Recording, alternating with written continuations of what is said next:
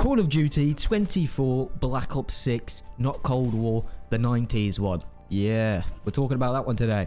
So I played the beta when it came out last month or 2 months ago, whenever it was, and I enjoyed it, but it didn't blow me away. It didn't latch on to me, you know what I mean? It didn't fucking get in there, you know what I mean? And, you know, I just said I was never going to buy it because I just wasn't that interested in it, you know what I mean? Because it didn't latch on to me. If it's not going to latch on to me these days, I just skip it, you know? You got to get that, you know, that fucking first impression's got to be immaculate. But it came out on Game Pass. I forgot it was coming on Game Pass, I'm pretty sure. So I thought, I was sick. You know what I mean? I was coughing my guts up, I was sneezing, I was hot and cold, you know what I mean? I was sick, and I had time off work. So I thought, you know what, let's give it a shot. And I've got to say, you've read the title. I was really wrong about this Call of Duty. Does it give me hope for the future? No. But this one in particular, fuck me, it's actually pretty good. Now, a little bit of background about Call of Duty for me. I played it a lot when I was a kid, you know, Modern Warfare 1, Modern Warfare 2, Black Ops, Modern Warfare 3, Black Ops 2.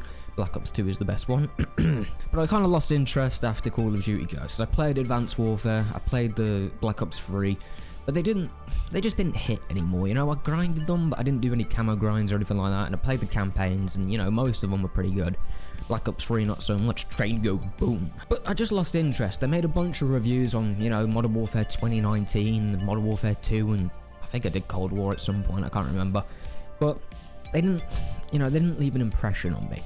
Black Ops 6, however, I mean, this should say enough. I completed the camo grind. Me, I don't camo grind. And I got dark matter. I got dark matter. Yeah, I'm saying it for bragging rights. I got it. I'm employed, but I got it. So that's even more impressive. But it wasn't really the multiplayer that latched onto me until after I completed the campaign. Because the campaign, what is going on at these studios with Treyarch and Infinity Ward? Because Infinity Ward, not Infinity Ward, this ain't fucking Avengers, man, Jesus Christ. But the thing that blew me away the most was the campaign, because I saw all the marketing around it saying, like, this is going to be all these really cool missions with, like, different outcomes and different ways to do it, and I was just like, yeah, alright. How many times have we heard that? How many times have we heard of a game, not specifically COD, saying, oh, you've got all these different outcomes and all sorts, and it never comes true. You know what I mean? You get, like, oh, do you want to pick A or do you want to pick B? But this time, it's actually really interesting. There's a lot of missions where you can tackle it quite differently. And it just really surprised me. So let's get into it. Okay, let's start from the beginning.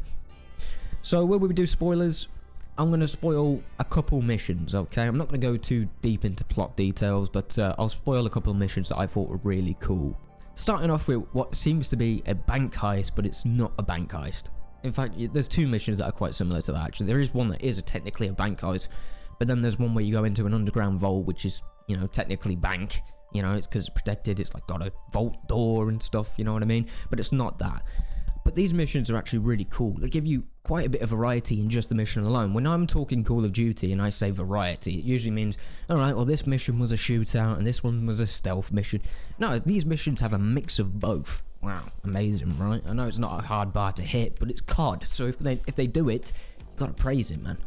And they absolutely nailed it. I think one of the best choices was set in the 90s, you know, it's a period where I'm pretty sure COD has never explored before, mainly because it was a bit too, you know, recent, when, you know, 2007, 90s was only 10 years ago, but now it's 2024.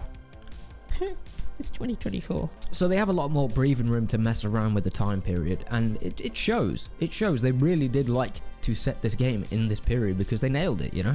Everything has like a sense of originality to it, for me anyway. I'm sure some people disagree because it's Call of Duty, but I felt like this was an original Call of Duty campaign. It's not like a slop one that, you know, you've played every year. This feels different, and you could just tell by the level design and the way they've weaved these different gameplay elements into a single mission. Like I said, it's not a hard bar to hit, but it is for Call of Duty. Like this mission, you actually go in as a like detective kind of thing. You're taking photos, trying to get some information. You're inside it, you know what I mean? You're being tracked down by a different group of people that I won't spoil. And instead of it just being run and gun, shoot a load of stuff with a big set piece, they added variety to it. And I hate talking about it because it's such a basic thing to talk about, you know? It's probably boring to you, but it's one of the only things you can really talk about a COD campaign that is new, because Call of Duty campaigns, admittedly, they can be boring and repetitive, but they have that foundation that a lot of other shooters have copied since. But they never had that perfect variety. Sorry, my nose got on the mic. And to go in, forget about this mission. We'll talk about the other mission that blew me away. Because the final mission really disappointed me because of how good the previous missions were. This mission, it's a mindfuck. It's a mindfuck. It really is. So your character gets gassed up, okay? He inhales some gas and he's like, what the fuck? And you start seeing zombies, mate. You start seeing zombies. They've blended the zombie storyline into the campaign once again. Thank God. That was missing. That was missing a few of the campaigns that Treyarch have released, and I'm just glad they did, because this mission was phenomenal. You're tasked with finding 3 keys to get up this elevator, and the level design, oh my god. They give you a map, and they say, off you go. No hand holding, just go find it. Just go find it, go do your stuff. Call of Duty, what?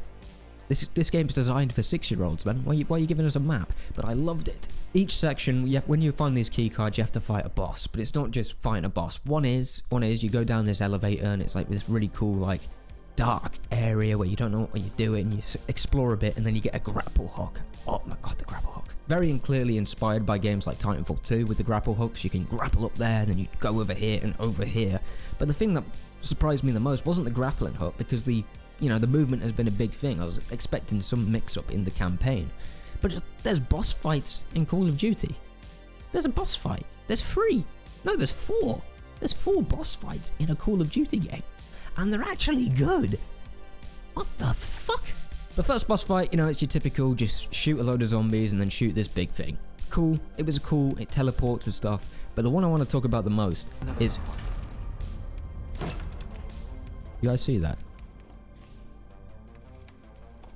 Those fucking things are moving when I'm not looking. They did some Weeping Angels Doctor Who shit. I loved it. I'm not gonna talk about anything else. This mission, this section of this mission alone, phenomenal stuff. Phenomenal stuff. They added horror into Call of Duty.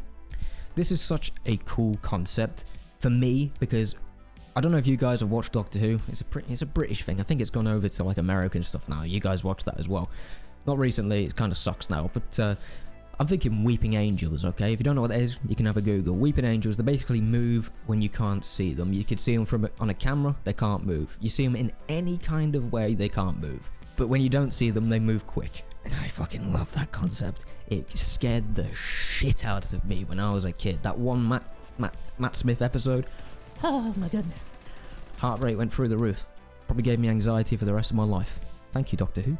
But this concept, I've always loved it, because being able to move around and have that constant edge is something you miss from Call of Duty campaigns. You never have that fear of dying because you could just respawn. The checkpoint system is really nice and, it's easy, even on the hardest difficulties. The Call of Duty games are pretty easy.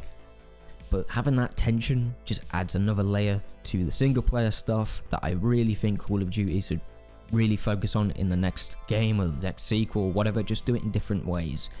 But I don't think they will, which is why this Black Ops 6 video is being made, because I think this is going to be a standout. It's going to be a standout. It's going to be one of the best campaigns we're going to get in the next 5 years, at least. The most disappointing part of the campaign is the final mission, because it really does just turn into a run around and shoot stuff kind of scenario. But they also mix it in with some really cool visual elements, so they go back to the Weeping Angel kind of thing for a section of the mission for this character you play as. Not going to spoil it. And then they really blow it up with these crazy visuals going through on a helicopter, smashing through buildings and stuff like that. And then it gives you that, that epicness that some people might say is missing from the campaign. So it was there to please basically everyone. But overall, I still think Black Ops 2 takes the cake. But yeah, I'll happily say I was wrong about Black Ops 6. I didn't expect the campaign to be as good as it is. Obviously, I'm not spoiling too much. But it really is good, so if you haven't played it, I don't recommend you buy it for 70 quid, okay? Don't buy this game for £70. Call of Duty does not deserve it. It's still full of microtransactions, and it no doubt is going to be blasted more by the start of next year, okay? Don't do it. Just get it on the sale or just play on Game Pass, you know what I mean? But the multiplayer, I haven't even touched zombies, and I've got like 150 hours in this game. Oh my goodness. I played the multiplayer and I was thinking, yeah, I'll probably sink a couple games and maybe get to Prestige 1 and just call it a day. You know what I mean? I didn't do that. I did not do that. I played a few games and I found myself just really, really enjoying it. Like, it just felt good, apart from some hit marker issues. But then I realized how simple the camo grind is going to be. You just hit headshots. And those motherfuckers knew what they were doing because they made it simple. They knew you'd sink a ton of time into it, but they made it simple. This is my first ever camo grind. And I did it. I got to Dark Matter, okay? I'm not playing zombies that much. In fact, I haven't actually played a zombies game yet. Maybe in the future. But the camo grind nailed it for me. I've completed the camo grind now. That's why I've stopped playing. You know, I don't really see the point in playing much. I'm at Prestige 4 or something while being employed, okay? While being employed. You can't say anything in the comments. But the camo grind really nailed everything for the multiplayer because the rest of it's kind of shit. I said what I said, okay? I said what I said. The map design is genuinely piss. It's just piss. You imagine drinking piss. That's probably what it feels like. Because the map design is not great. Every single one of these maps, apart from like one or two that I like, that it's not great. You know, you constantly being spawn killed, even on normal core mode. What's that map called? I don't know. You spawn in. It's this really. Basically, everyone wants to be the new not steakhouse. What's it called? Shipment. Shipment. That's what everyone wants to be. But now we've got Stakeout, which is the replacement for Shipment. I mean, one could argue this is Treyarch being really smart because everyone's got TikTok brain now. No one has the capacity to run around a medium-sized map. It has to be a small map. You have to be constantly in it. Tragic, really. But the map design is terrible, in my opinion. I don't blame the map designers, you know what I mean? They probably were told, you know, make it simple, make it nice and simple for the kiddies. And they did their job. But if you want something a bit more than running around a corner and potentially being spawn killed or you being the one spawn killing, you're not going to get it here. The camo grind is the thing that keeps you going. And Dark Matter actually does look pretty cool. Weapons, you know, there's a good variety of weapons, but at the end of the day, they're weapons. You know, you've got your pistols, your shotguns, your assault rifles, your snipers. They all do the same thing. You shoot, they die. You know what I mean? It just feels a little bit different. Is it balanced? I can't tell you, to be honest. I never really took much notice of it, because when I'm using the guns, you know, I'm using the guns. I don't really care if my SMG is doing less damage at 60 meters, if the map is even that big, compared to my sniper. You know, it's common sense. If you're not in front of someone with an SMG, you're probably going to lose.